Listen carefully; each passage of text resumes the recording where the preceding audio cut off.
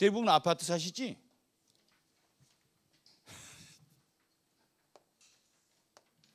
자기가 소유하는 부분 있죠? 101호, 102호, 103호.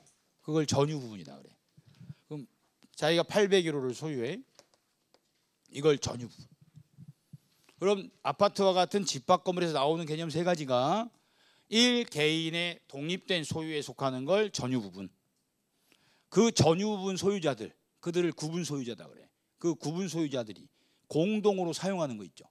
공용 부분, 복도, 계단, 엘리베이터. 그 사용하는 권리를 공용 부분 지분이라고 하고. 그리고 그 전유 부분이 대지에 대해서 가지고 있는 권리 있죠. 대지권, 대지 사용권, 대지 비율. 그걸 대지 사용권이다 그래. 그러면 자기가 살고 있는 아파트가 801호야. 그럼 801호에는 두 가지 권리가 딸려 있죠. 뭐? 복도 계단 이용하는 공용 부분 지분이랑 대지에 대한 권리, 대지 사용권. 그럼 여러분은 부동산 매매, 아파트 매매할 때 801호 얼마 이렇게 계약을 하세요. 801호 얼마, 복도 계단 이용권 얼마, 대지 사용권 얼마 이렇게 거래를 하세요. 801호 얼마 이렇게 매매 계약하잖아. 그럼 그 속에 다 포함되어 있는 건 공용 부분 지분, 대지 사용권이 일체로 다 포함이 되어 있는 거지. 그래서 전유 부분 소유권이 이전되면 그들도 당연히 함께 이전하는 거예요. 여기서의 문제가 또 분리할 수 있느냐야. 분리 처분할 수 있냐고. 에? 그럼 전유 부분이랑 복도 계단 이용권, 공용 부분 지분 분리될 수 있어 없어요? 절대 없지. 아니 둘이 분리되면 어떻게 돼? 그럼 스파이더맨이야? 어? 막 손목에서 거미줄 나가고 뭐 슈퍼맨이야? 어? 스타킹 입고 빤스 입고 S자 그리고 이러고 다녀야 되는 거잖아. 절대 분리될 수가 없잖아요. 그럼 마지막 나온 문제가 전유 부분과 대지 사용권이에요. 이것도 분리될 수가 없어야지. 그런데 집합 건물법에서는 저 집합 건물이 너무 노후돼 가지고 재건축할 시점이 되면 건물 가치는 거의 없고 대지에 대한 권리만 가치가 남을 거 아니에요. 그래서 미리 관리 규약 등으로 분리 처분할 수 있게 정해놨으면 분리가 가능해. 근데 정한 사실이 없으면 그 또한 절대 분리 안 돼. 그래서 전유 부분과 대지 사용권, 오늘 여러 번 나왔죠, 이 용어가. 대지 전유 부분이랑 대지 사용권이랑 규약으로 달리 정하지 않는 한 분리 처분 못해.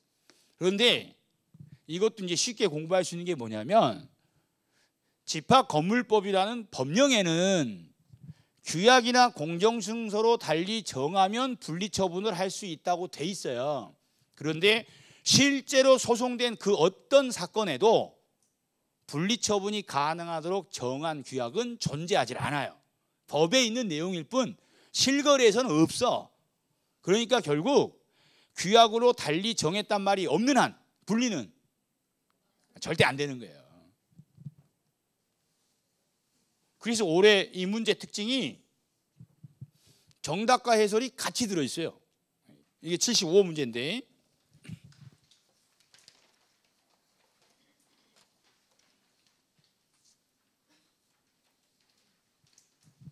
야, 집합 건물에서 틀린 거 찾으라 그랬어. 야, 4번하고 5번이 길죠? 4번에 그때 물어본 것부터 해봐요. 물어본 거. 분리해가지고 대지 사용권을 처분할 수 있느냐 그랬죠. 그럼 딱 하나만 가능하다 그랬잖아. 달리 정한 게 있어야 된다고. 근데 앞에 나오죠. 규약이나 공정증서로 달리 정하지 않았지. 그럼 분리처분 없다 그랬지. 야, 5번 야, 물어본 거 분리처분 나왔지. 그러니까 분리처분이 자주 나오죠. 이게 중개사 시험이라 그래요. 공인중개사 시험이라 다 처분할 수 있는데 분리처분도 되느냐 이게 쟁점인 거야. 중개 대상이 되는지 안 되는지. 그럼 분리처분할 수 있냐 그랬지. 뭐를? 대지사용권을. 주어가 대지사용권이잖아. 대지사용권 전유 부분과 분리해서 처분할 수 있냐 그랬죠. 있어 없어? 없다니까. 나머지는 읽는 게 아니요. 4번이 5번 해설이요. 보이세요? 4번이 5번 해설인 거? 공부했으면 규약으로 달리 정하지 않는 한 분리처분할 수 없잖아. 그럼 분리처분할 수 있어 없어? 없잖아. 4번이 5번 해설이라고. 이것도 틀리면 맞을 게 없다고. 문제는 여기까지 못 온 사람이 태반이라고. 여긴 미지의 세계, 머나먼 정글. 75번 때는 코난이나 가는 데야. 문제 푸는 요령 없이 그냥 1번부터 쭉 달려라 하니들 2번, 3번 달린 사람들은 이미 이전에 종쳐버리기 때문에 여기까지 올 일이 없어요. 올 일이 없어. 올 일이 없어. 여긴 내가 갈 데가 아니야. 코난만 가. 그런 식으로 공부하시면 안 돼. 그러니까 오늘 잘 듣고 방향 설정을 잘 하고 공부를 하시라고. 절대 옆에 순위가 너 그딴 식으로 공부하면 안 된다. 저 날라리처럼 동그라미 찾고 안 돼. 이해를 하고 기초를 쌓아야지 10년에도 안 돼요, 시험. 객관식은 그렇게 공부하는 거 아니요. 백날 이해하면 뭐해? 오해한 채 오답을 하는데. 읽어서 해결될 문제가 아니다니까. 그림 그려서 해결될 문제가 아니에요. 그냥 순서대로 물어보는 거 찾고 답할 근거 찾고 공식만 적용하는 식으로 훈련을 해야 돼요. 그리고 외운 것만 풀어야 돼요. 외운 것만. 자, 마지막 상식 문제 하나만 하고. 자, 주택 임차인이 살면서 전입신고를 해. 그럼 다음 날부터 대항력이 생겨요. 그리고 계약서에다가 확정일자까지 찍고 살면 주택이 경매되더라도 확정일자 순서에 따라 후시자들보다 보증금을 저당권처럼 우선 면제 받을 권리가 생겨. 그런데 주택 임차인이 기간이 끝났어. 임대인이 보증금을 안 내줘. 그럼 임차인이 스스로 강제 경매를 할 수가 있단 말이에요. 그럼 임차인이 경매 실행해가지고 경락대금 나왔죠. 그러면 별도로 나 배당해달라고 요구를 해야만 배당해 주냐, 배당 요구 안 해도 당연히 배당을 해주겠냐는 거야. 어떨 것 같아요? 임대차 끝났는데 임대인이 보증금을 안 내주니까 임차인이 경매 실행해가지고 경매대금에서 보증금 우선 면제를 받을 거야. 그럼 배당 요구해야 돼? 할 필요 없겠어요? 할 필요 없어요. 왜 없어요? 이거 대법원 판례예요. 대법원 판례야.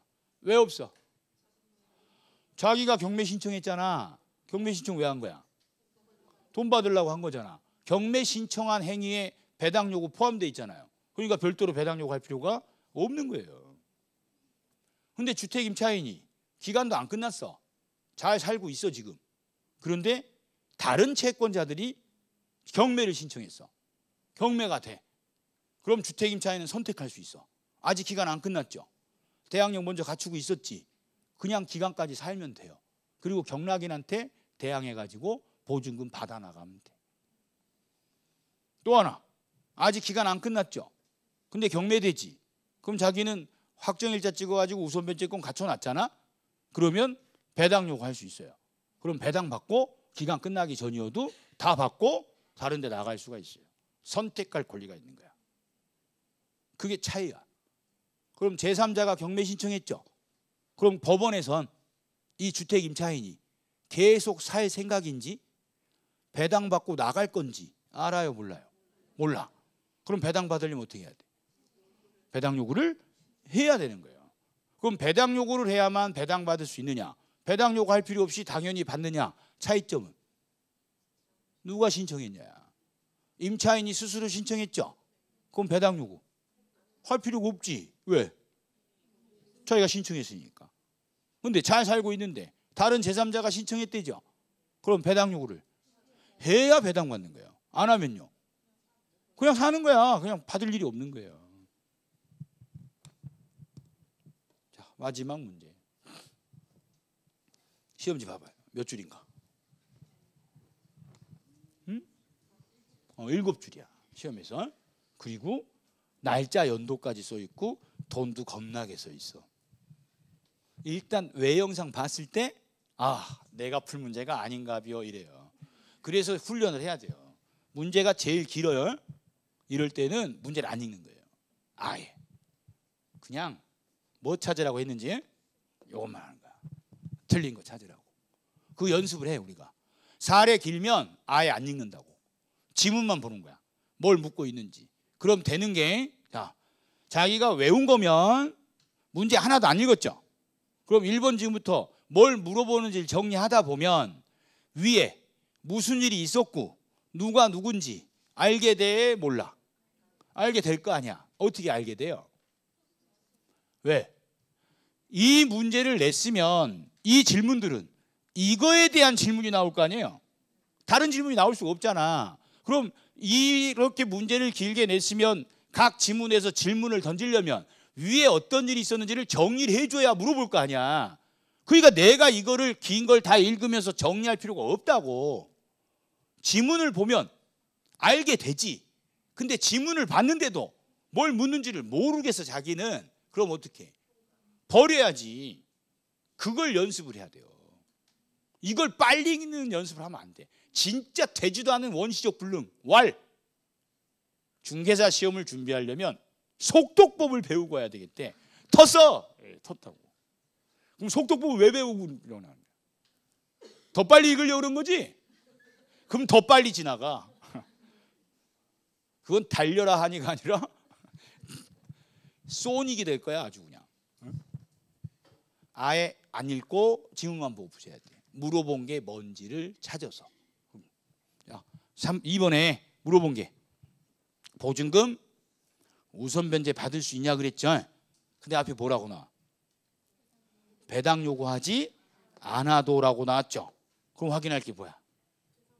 쥐가 신청했는지 다른 놈이 신청했는지 하면 된다고. 근데 뭐라고 나왔어? 제3자에 의해 경매가 개시됐대. 야, 연도 날짜들 쭉 써있죠. 지금 요 2번 지문 해결하는데 2023년 5월 9일 필요 있어 없어요? 없다는 거예요.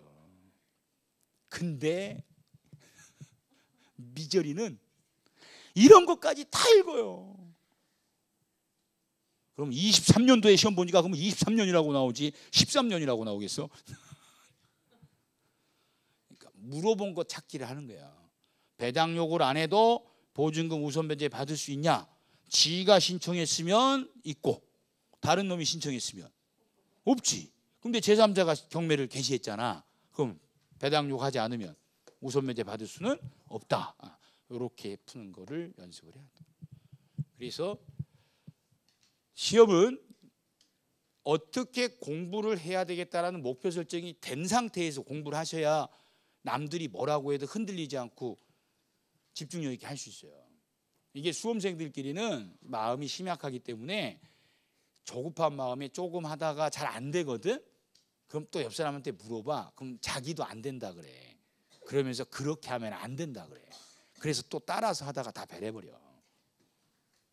여기까지가 그냥 낱말 맞추기만 해도 하나만 알아도 풀 수 있는 문제 딱 20개를 한 거예요. 이거를 제외한 나머지 20문제 중에 6문제에서 8문제는 이미 기존에 기출됐던 문제 또 나온 것들이라, 그러니까 이 정도 낱말 맞추기에서 맞추고 그 6개에서 8문제 정도 더 맞추면 65에서 75점 사이가 안정적으로 나오게 돼 있어요. 그럼 더 이상 맞을 필요가 없다고. 그걸 이제 명심하고 공부를 하셔야 되고, 수험생의 유형에 4가지 유형이 있어요. 자기가 어디에 속하는지 잘 알아야 돼. 첫째, 공부 잘해. 공부한 대로 시험까지 잘 봐. 몇 명 없어. 이런 스타일들은 공부 체질들이라 선생이 개떡같이 가르쳐줘도 자기가 다른 유튜브를 봐서라도 다 채워. 찰떡같이 합격해. 이 사람들은 어느 학원을 가나 학원을 안 다니고 동영상을 들으나 누구 수업을 들으나 시험이 어떻게 나오나 그냥 붙을 사람이에요. 이 사람들은 강의의 대상이 아니요. 선생님들 중에는 개념 없는 사람들이 이 사람들을 좋아해. 이 사람들을 좋아하고 이 사람들과 네트워크를 형성해서 시험이 끝나면 이들은 시험이 어려우나 쉬우나 고득점 하거든요. 완전 공부 체질들이라. 여러분들한테는 이런 사람들은 진상이에요. 나는 안 돼가지고 미치겠는데 이 인간은 민법은 민법이어서 이렇게 하면 잘 되고 학계로는 이렇게 해서 잘 된대. 아주 짜증나지. 나는 둘 다 안 되는데. 일부 선생들은 이런 애들 잘 꼬셔가지고 무조건 합격하고 고득점 할 거니까 막 글 써달라 그래. 그래서 누구 짱짱짱 하면서 뭐 무슨 신 막 그러면서 덕분에 고득점 했어요. 됐다 그래. 이들은 강의의 대상이 아니라고. 누구한테 배워서 점수가 나온 게 아니라 원래 나올 사람이야.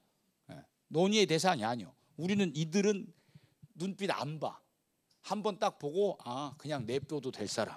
냅둬요. 그냥 냅둔다. 가장 큰 문제는 2번이야. 아주 그냥 공부 잘한다고 동네방네 소문 다 났고, 학원에서도 매달 모의고사 볼 때마다 성적표를, 매달 말에 성적표가 나오면 이렇게 보는 사람이 있고 이렇게 보는 사람이 있어. 이 사람은 이렇게 막 누가 좀 봐줬으면 좋겠고, 어떨 때는 100점 맞은 적도 있대. 근데 시험이 안 됐어. 이 사람들이 가장 가슴 찢어지는 사람들이고요, 불만이 가장 가득한 사람들이에요. 그리고 자신을 돌아보기 전에 항상 탓부터 해요. 학원, 선생, 그게 다야. 자신은 돌아보질 않는 거야. 그래서 이거 하는 거야. 자기 시험지 다시 보라고. 과연 안 배운 문제를 틀려서 시험이 안 된 건지, 나온 것도 나오고 나온 것도 나오고 낱말 맞추기만 해도, 물어본 거 동그라미 안 쳤어도 맞출 수 있는 문제들을 몇 개를 틀려서 안 됐는지를 돌아보셔야 된다니까. 그래야 앞으로 공부를 제대로 하지 헛공부를 안 하게 된다고. 이분들은 어차피 공부는 잘 하기 때문에 공부를 더 할 게 아니고요, 양을 넓힐 게 아니고, 문제 푸는 연습을 많이 할 것도 아니고, 시험 보는 자세만 고치면 돼요. 첫 시간에 했던 그 5가지 선택지 중에 다 맞추셨잖아. 그거를 그대로만 실행에 옮기면 그냥 무조건 합격할 사람들이에요. 강의는 이 사람들을 최소화시키기 위해서 1년 내내 잔소리 해가지고 세뇌를 시키는 거예요. 그런데 이들 중에 겁먹들어가지고 말을 안 들어요. 자기는 모의고사 상위 몇 프로였다. 그런데 내가 모르는 문제가 나오는 건 용서가 안 된다. 그리고 어떤 사람은 선생에 대한 예의가 아니래. 예의 지키지 마. 내가 누구한테 배웠는데 이 과목만큼은 몇 점 이상 맞아야지, 그 이하로 맞는 건 예의가 아니래. 합격이나 하라고. 그게 예의요. 예의. 누가 그러라고 했어? 모의고사는 다 알만한 걸로 나오기 때문에 100점 나올 수 있어요. 실제 시험은 8문제는 아무도 못 풀게 내. 지도 모르는 거 그거 빼고 풀어야 된다고 몇 번을 얘기했는데 건들다가 다 망해버린 거라니까. 그러니까 이분들은 다시 공부를 하더라도 문제 푸는 습관, 자세만 고치면 되지 더 할 거 없어요. 더 할 거 없다고. 가장 아름다운 수험생은 여기야. 공부는 못했어. 1년 내내 모의고사 평균 60점 나온 적 한 번도 없어. 친구가 뭐 물어봐도 버벅대다가 끝나. 그래도 맨날 말은 그래. 결정은 그날 나는 거지. 아는 것만 골라서 풀고 나머지 없는 번호 쭉 찍으면 되지. 그럼 되지 않습니까? 한 사람이 된 거예요. 이 사람 끝까지 포기하지 않고 한 사람. 왜? 이건 주관식이 아니기 때문에 객관식 시험이라 진짜 내가 쉽게 맞출 수 있는 것만 정확하게 몇 문제라도 맞춰도 나머지 조합 추려서 없는 번 한 번으로 쭉 찍어도 붙을 수 있는 시험이에요. 문제는 내가 푼 게 정확해야 된다. 이 사람들이 평소에는 60점 못 맞다가 그날 60점대 맞고 합격하는 거예요. 고득점은 안 나와요. 이 사람은 그냥 딱점 혹은 62.5, 많이 맞으면 65. 가장 아름다운 점수로 합격하는 거야. 이 사람들 나오게 하려고 1년 내내 연구하고 창작 끝에서부터 끌어올려서 강의하는 거라니까. 여긴 대상이 아니고. 공부도 못해, 시험도 못 봐. 이분들은 환불받을 대상. 그럼 자기 스스로 알아야 돼. 자기가 공부 체질인지 아닌지를. 그럼 공부 체질이신 분들은 공부는 잘 하시되 시험 보는 자세를 정확히 하시고요. 공부 체질이 아니신 분들은 자기 생각 1도 하지 말고 하라는 대로만 그냥 따라 하세요. 그러면 1년 내내 공부 못하다가 그날은 합격할 테니. 공부도 못해, 고집도 세, 자기 방식대로 해, 환불받아. 그래서 이 시험은 성격이죠. 성격. 그냥 따라 하시라고. 자기 방식으로 하지 말고. 이와 똑같은 게 선생님 선택이에요. 절대 자기 친구 A가 합격을 했어. 누구 들으라고 찍어줬어. 어느 학원 갈까? 박문가 가랴 그랬대. 그럼 선생들이 많던데 누구 들어와 그랬더니 그럼 쭉 찍어줬어. 6명. 누구 찍어준 거야? 6명. 자기가 들은 사람 아니에요. 자기가 붙었으니까. 사람은 자기가 되면 들은 선생이 다 좋은 줄 알아요. 됐으니까. 안 되면요. 다 개 X예요. 다 별로예요. 이 말은 여러분들이 아무리 서로 친해도 두뇌 구조가 달라요. 그럼 과목에 대한 그 받아들이는 성향도 달라. 사람은 백인 백색이라고. 그러니까 그 친구 A가 그 선생들이 자기한테 맞았다 손 치더라도 자신은 한두 명 빼고는 안 맞을 수도 있는 거예요. 그러니까 누가 소개해 준 사람 걸 들을 게 아니라 들어보고 11월, 12월은 시간 충분해. 지금 열공하는 거 아니요. 공부하기 위한 준비라는 거예요. 자리 적응하고 알아듣는 연습하고 발음, 글씨 이런 거 적응하는 기간이라고. 그리고 처음 하는 공부들은 이게 쉽게 받아들이기 힘들기 때문에 이게 조금씩 그냥 젖어드는 거야. 집에 가서 따로 복습할 거 아니고 이때 과목별로 자신과 성향이 맞는 선생을 선택을 해야 돼요. 누가 찍어준 선생 하지 말고. 그리고 두 번째가 댓글, 유명세, 지명도 이런 거 보시면 안 돼. 그리고 그 교실에 몇 명이 앉아 있느냐. 그 중요한 게 아니라니까. 다 누가 찍어줘서 온 거야. A한테는 저 선생이 성격도 맞고 최고일 수 있어도 B한테는 죽기보다 싫을 수도 있는 거예요. 연예인들도 다 이영애가 산소 같은 여자라고 이쁘다 그래. 근데 꼭 옆에서 여시같이 생겼어. 별로야. 있다니까 그게. 응? 그래도 이미자가 낫지. 이런 사람이 있다니까요. 있어. 집신도 짝이 있듯이 자기 짝을 찾으셔야 돼. 사람 많고 적고 뭐 유명하고 안 유명 그게 아니라니까. 저희가 수강 후기나 합격 후기를 보면 어떤 글들이 심심치 않게 나오냐면 세법, 어떤 선생님 숨어있는 진주를 이제야 찾았다 이런 말들이 있어요. 숨어있지 않았어요. 자기가 안 찾은 거야. 응? 항상 오픈돼 있었어. 찾을 생각을 안 한 거라고. 선생한테 자기를 껴맞추지 말고 자기랑 맞는 사람 얼마든지 있거든요. 방문각에는 다양한 스타일의 강의들이 있기 때문에 자기한테 맞는 걸 들으라니까. 맞는 걸. 그리고 그대로 따라 하시라고. 그러면 다 합격해요. 근데 가장 최악이 이거예요. 자기랑 안 맞아. 근데 끝까지 참고 들어. 그리고는 시험도 안 돼. 그리고는 욕해. 두 번째는 자기가 공부를 못하면 따라하기라도 해야 되는데 따라하는 걸 못해. 따라하는 걸 못한다니까. 근데 선생님들 중에도 그거를 모르는 사람이 있어요. 따라는 하겠지. 아니요. 여러분 절반은 선생님이 하라는 대로 아예 따라하지 못해요. 좀 전에 우리가 훈련했듯이 시험지에서 이거 물어본 게 뭐예요 했을 때 물어본 거 못 찾는 사람 많다니까. 써 있는 데서 물어본 거를 못 찾는 사람이 많다고. 그래서 손목 잡고 동그라미 돌려주기로 한 거야. 익힌반을 올해 처음 만든 이유가 그거라고. 선생들 보고 학생을 좀 더 알으라고. 저는 잘 알아요. 20년 전부터 봤기 때문에. 근데 학생의 본질을 잘 모르고 그냥 뜬구름 잡기식으로 수업하시는 분들 몇 분 있어서 직접 익힌반 하면서 학생들하고 대화를 해보라고. 정말 어느 정도인지 알아야 된다니까. 공부 잘하는 사람 말고 여기 말고 여그 있는 사람들. 이들이 얼마나 많은지를 알아야 이 사람들을 이렇게 만들까 했냐고. 학생을 알아야 돼 선생이. 그래서 만든 게 익힌반이에요. 그러니까 할 수 있는 사람들은 같이 해봐. 자기도. 창피할 게 뭐 있어.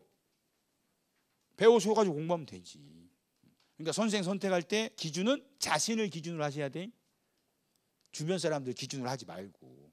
그러니까 저랑 같이 수업을 들으실 거면 그냥 머리 비우고 단순하게 할 거면 하고, 저는 기초부터 체계적으로 이해 위주로 해야 됩니다. 그럼 절대 여기 있지 말라고.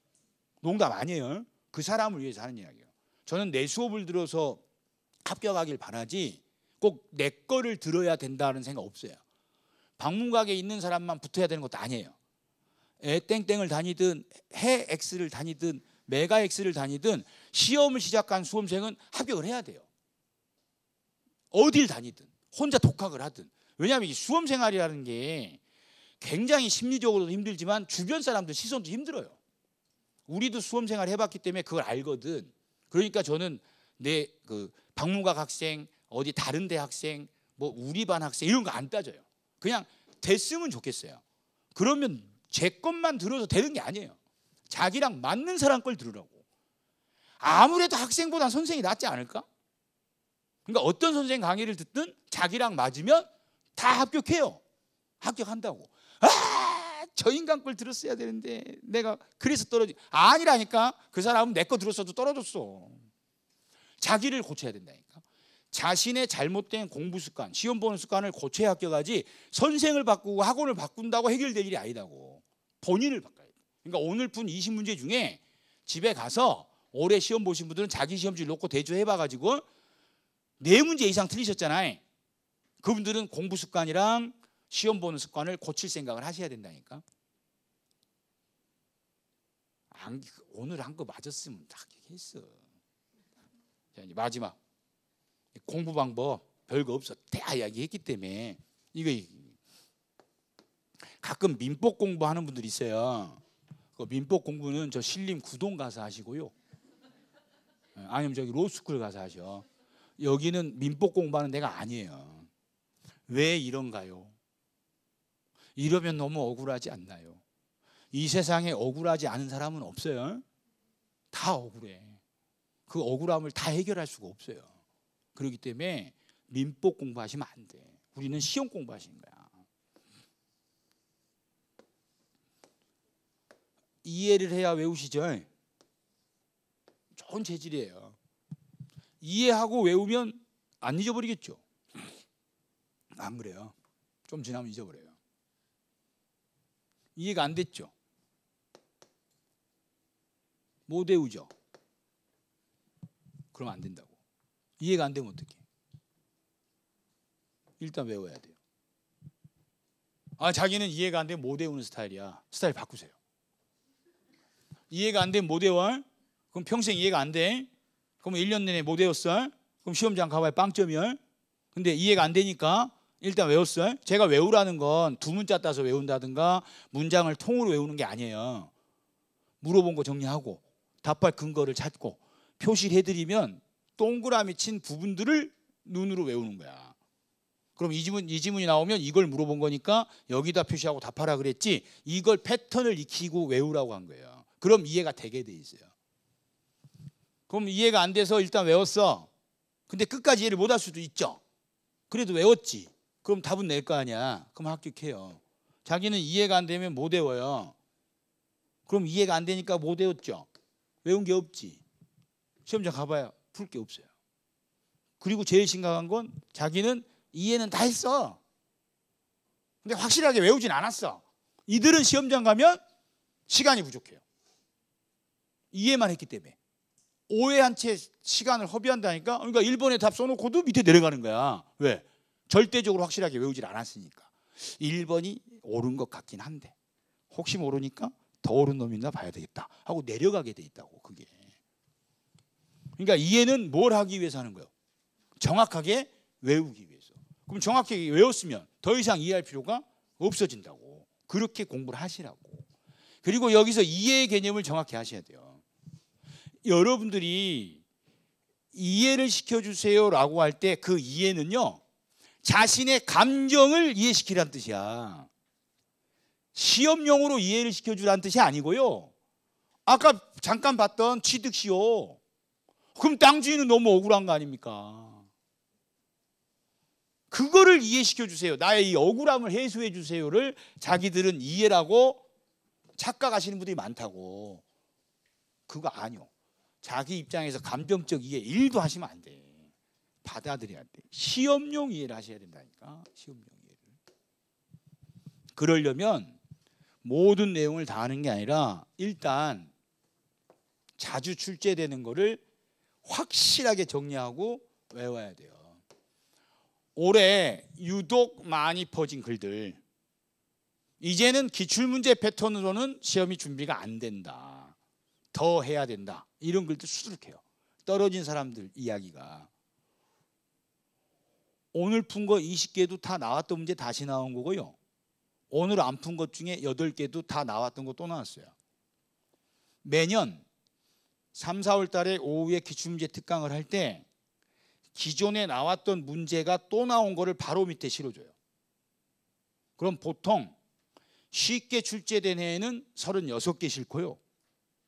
조금 까다롭게 나온 애는 32개가 실려요. 40문제가 다 들어가는 게 아니에요.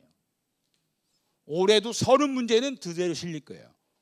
그럼 기출문제로는 안 된다고 하시는 분들은 그 책을 보셔야 돼. 자기가 안 된 거지 문제가 안 되는 게 아니라고. 문제 푸는 자세, 접근 방식이 잘못돼서 그렇게 생각하신 거야. 그들은 또 떨어져. 최소한 자주 출제되는 부분 있죠. 또 나왔죠. 그럼 얘는 아예 알려준 거지. 미리 정답 알려준 거 아니야? 아니 기존에 계속 나온 거 또 나왔으면 얘 나오면 이게 답이야 라고 알려줬던 거잖아. 근데 또 나온 거죠. 이건 맞춰야 되는 거 아니요? 근데 이거 맞춘 사람들은 다 한다니까? 근데 이것 중에 한두 개 틀린 게 아니요. 7, 8개씩 틀려. 그리고 나온지도 몰라. 자주 나왔었는지도 모른다고. 그래 놓고는 공부를 또 방향을 잃고 두꺼운 책, 문제집 하나, 남의 모의고사 이거 하고 있는 거야. 그들이 공부 잘하다가 시험 안 되는 전형적인 스타일들이다니까. 뭐부터 해야 돼? 쉬운 거. 자주 나오고 쉬운 거. 그걸 어떻게 해? 절대적으로 하셔야 돼요. 언제 어떻게 문제가 나와도 그 문장만큼은 내가 100% 자신 있게 확실히 해결할 수 있게 먼저 준비를 하셔야 돼. 그 작업이 끝난 다음에 하나를 더해도 하셔야 돼요. 그런데 무조건 다 하거든. 무조건 다 해. 그리고는 쉬운 걸 다 틀려. 그리고 맨날 하는 말 똑같대. 어려운 건 다 맞았는데 쉬운 걸 틀려서 떨어졌대. 그게 할 짓이야 그게? 이걸 하셔야 돼. 그래서 민법은 문장 자체를 읽고 해석하는 식으로 공부하는 게 아니라 공식화시켜서 해요. 나대지, 법정 이상권 절대 없다 이렇게. 그럼 일어나. 읽고 생각하는 스타일들은 안 일어나. 찾아서 표시하고 푸는 거 습관된 사람은 내가 외운 것들은 일어나요. 그 일어나는 예수님만 일으키는 게 아니에요. 일으킬 수 있다고. 그거는 같이 호흡이 맞아야 돼. 그래서 다음 주부터 기본서로 나가는데 처음 공부하시는 분들은 기념비적으로다가 기본서 있는 게 좋고, 저는 작년 책도 있고 재작년 책도 있고 몇 년 전 책도 있는데요. 그분들은 기본서 없어도 돼. 그냥 수업만 들으시면 돼. 어차피 이 민법은 1, 2월에 같이 과외 형태로 오후에 익힘반을 짧게 할 거고요. 지금 몇 과목 하죠? 다 하면 너무 지치니까 여러분이 11월, 12월은 수업 시간에 같이 익힐 거예요. 진도에 얽매이지 않고 그날 배운 주제 문제에다가 같이 오늘처럼 적용해서 물어본 거 정리하고 답할 거 찾아보고 그거 훈련하는 거야. 그러니까 그냥 부담 없이 그냥 오시면 돼. 근데 책을 집에 놔뒀다가 또 잊어버리고 그냥 올 수 있으니까 사물함 등록하셨잖아요. 넣어놓고 다녀. 들고 다니지 마. 보지도 않을 거. 민법책은 사물함에 넣어놓으세요. 네, 넣어놓으시라고. 그리고 요 오늘 나눠드린 시험지 있죠? 이거는 요 책에도 다 있는 거잖아요. 이거 몰라? 몰라도 돼. 요거는 사물함에 넣어놔. 그래서 단원별로 쭉 정리하다가 올해 나온 문제 영역을 할 때는 올해 시험 문제 한번 같이 또 풀어보고 할 거니까 그렇게 가지고 다니시면 돼. 그리고 필기할 것도 없고 책 없이도 수업은 들을 수 있어요. 어차피 화면에 다 띄워놓고 할 거니까. 그러니까 복습해서 익혀야 되는데 그건 1월부터 하셔도 돼. 지금은 듣는 거에 적응하는 거 연습하시면 된다고. 됐시. 다음 주에 뵙겠습니다.